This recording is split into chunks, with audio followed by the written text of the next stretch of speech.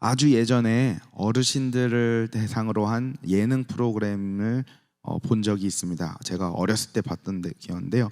그 예능의 어르신들이 많이 하는 이렇게 뭐 게임도 하고 하는데 꼭 빠지지 않고 하는 어떤 파트가 있는 부분이 있는데 바로 자녀들에게 영상 편지하는 겁니다.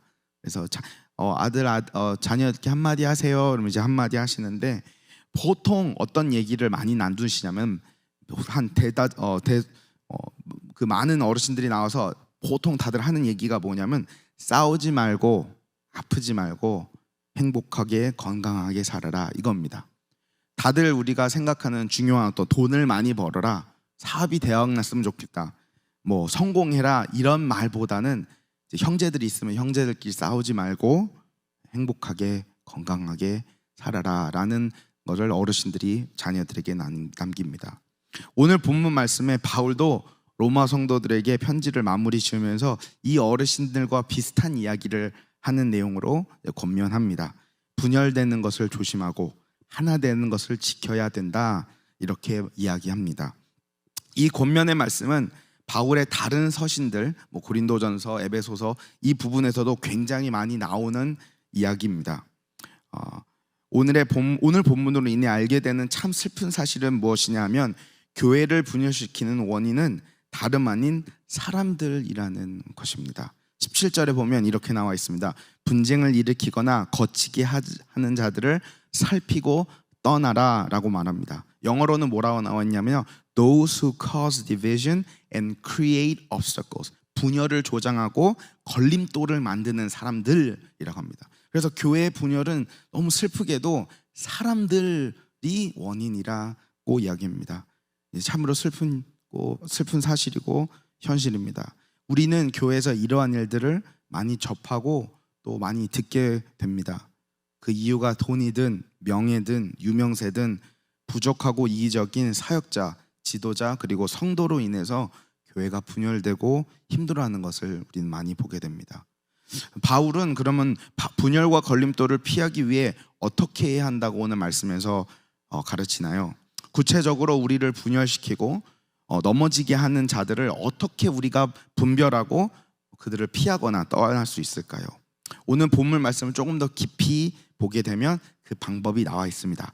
똑같은 구절 17절에 보면 너희가 배운 교훈을 거슬러 라는 말이 나옵니다. 영어로는 contrary to the doctrine you have been taught, 그러니까 가르침을 받은 그 교리에 거슬러.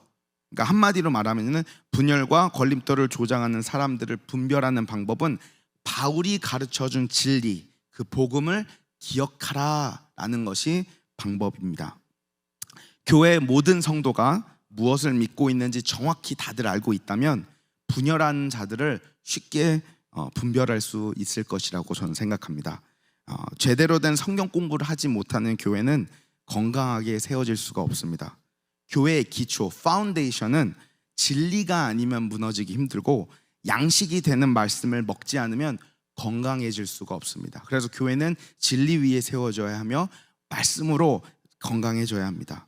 한국의 최고로 악명 높은 이단, 신천지가 있죠. 이들은 어떻게 하냐고 들어봤더니 교회에 잔입해서 교인들을 꼬시거나 아니면 분열을 조장해서 교회를 갈라놓는다고 합니다. 근데 그걸 어떻게 하시는지 아시나요? 너무 마음이 아픈데 바로 성경 공부로 한다고 합니다. 그 개인을 한 명씩 얘기해서 우리 성경 공부합시다 해서 성경을 가르치고, 아니면 교회 어떤 그룹 스터디에 나가서 성경을 가르친다고 나눈다고 하면서 성경 공부하고 그 사람들을 유혹하고 떼어내고 교회를 분열시킨다고 합니다. 이게 왜 슬프냐면요, 교회가 얼마나 성도들에게 말씀을 가르치지 않으면 잘못된 것을 배우면서도 그게 진리인지 아닌지를 파악을 못해서 신천지로 떠나고 교회를 떠나는 이런 현실을 우리 교회에서 나타나게 된다는 겁니다.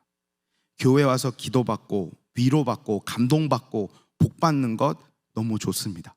하지만 교회가 진리를 제대로 가르치지 않고 성도들이 그 진리를 위해서 싸울 수 있도록 훈련시키지 않으면 그 교회는 교회라고 말할 수 없습니다.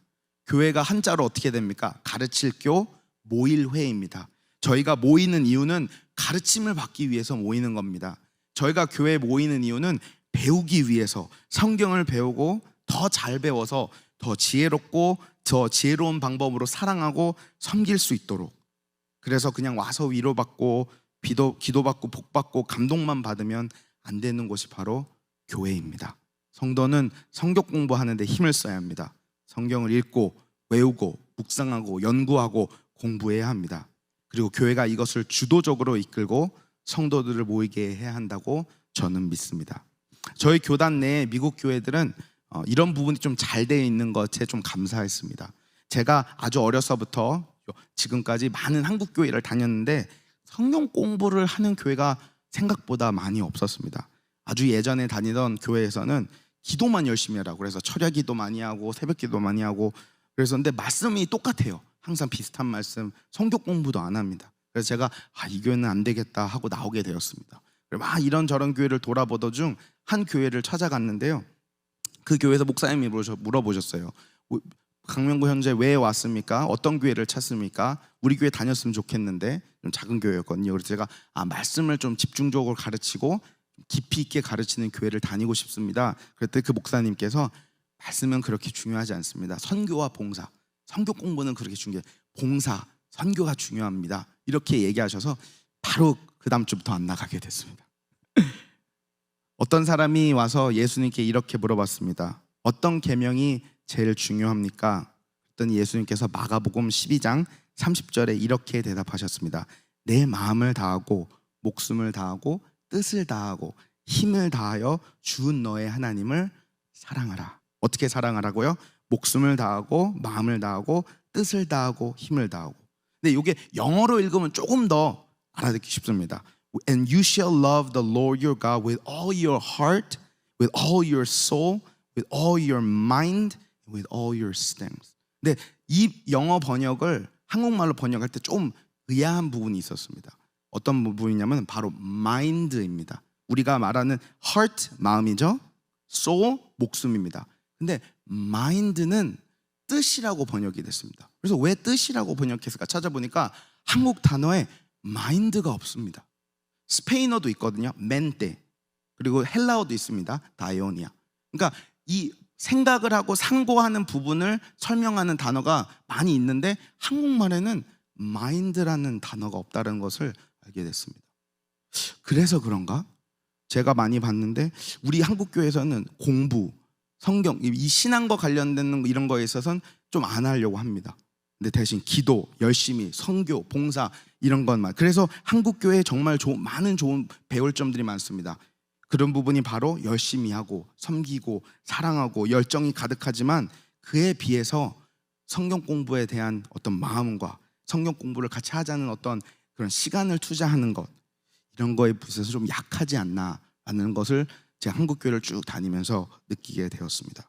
우리가 조금 더 성경을 아는 것에 집중하고 시간을 내고 공부하고 묵상하고 연구해서 정확히 진리를 알아야 우리의 기초가 되게 한다면 분열하고 넘어지게 하는 사람들의 계략에서 쉽게 나올 수 있으리라 저는 믿습니다.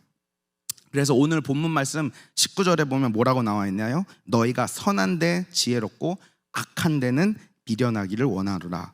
좋은 것이 무엇인지 진리가 무엇인지 그거 아는 것에 집중하라는 말씀입니다. 진짜에 집중하면 가짜를 선별해내기가 쉽다는 그런 말씀입니다. 사랑하는 성도님들, 성경을 아는 것에 힘을 내셔야 합니다. 그냥 명상하는 수준으로 공부하시고 읽으시면 안 됩니다. 아무리 바쁘고 아무리 말씀을 읽는 게 힘든 상황이어도 말씀을 읽고 공부해야 합니다. 시간 내서 설교를 듣고 강의를 듣고 신학 서적을 읽어야 합니다. 왜 그러나요? 그냥 너무나도 중요한 일이기 때문이다. 우리의 목숨이 달려있는 일이기 때문입니다. 우리 교회의 평안과 하나 되는 것이 달려있는 일이기 때문입니다. 오늘 본문 말씀 26절에 보면 이 복음으로 너희를 능히 견고하게 하실 이라고 나와 있습니다. 영어로는 Now to him who is able to strengthen you. 말씀을 읽고 복음을 공부하고 기억하고 복습하는 가운데 하나님께서 우리에게 힘을 주신다고 말씀하십니다. 쉽지 않은 거 압니다. 드라마를 보고 게임을 하고 낮잠 자고 놀러 가고 하는 게 더 편하고 쉽습니다. 하지만 우리가 계속해서 그 어려운 가운데서도 말씀 앞에 나아가 그 진리를 알게 된다면 하나님의 말씀이 그 어떤 꿀송이보다 달고 유익하다는 것을 우리는 알게 될 것입니다. 시편 119편 103편에 주의 말씀의 맛이 내게 어찌 그리 단지요 내 입에 꿀보다 다나이다. 주의 의로운 규례들로 말미암아 내가 하루 7번씩 주를 찬양하나이다. 이렇게 다윗은 고백합니다. 사랑하는 성도님 여러분, 힘들고 바쁜 가운데서도 하나님 말씀을 묵상하고 공부하기를 바라고 또 바랍니다. 그래서 꿀송이보다 더 달고 오묘한 하나님의 진리를 알게 되기를 소망합니다. 그리고 그 진리로 인해 우리 교회를 분열하고 넘어지게 하는 자들을 분별할 줄 알게 되고 하나님께서 세우신 교회를 하나 되게 하는 것에 힘쓰실 수 있도록 축복합니다. 기도하겠습니다. 아버지 하나님 참 감사합니다. 우리가 무엇이간데 우리를 사랑하셔서 우리에게 예수님을 보내주시고 또 우리가 하나님을 더 알 수 있도록 하나님의 말씀을 우리에게 주신 것 너무 감사합니다. 아버지 우리 인생이 우리의 삶이 하루하루가 고단하고 바쁘고 시간이 없을 때가 너무 많습니다. 네, 아버지 하나님 우리를 정말 살게 하는 것이 하나님의 말씀이라는 것을 깨닫고 주님 말씀 붙잡고 우리 교회의 모든 성도님들이 이 말씀 가운데 함께 고백하며 나아가는 그런 교회가 될 수 있도록 아버지 지켜주시옵소서. 예수님 이름으로 기도했습니다. 아멘. 하늘에 계신 우리 아버지여 이름이 거룩히 여김을 받으시오며 나라의 마옵시며 뜻이 하늘에서 이루어진 것 같이 땅에서도 이루어지이다. 올라 우리에게 영원한 양식을 주옵시고 우리가 우리에게 죄진 자를 사하여 준 것 같이 우리 죄를 사하여 주옵시며 우리를 시험에 들게 하지 마옵시고 다만 악에서 구옵소서. 대개 나라와 권세와 영광이 아버지께 영원히 싸움나이다. 아멘.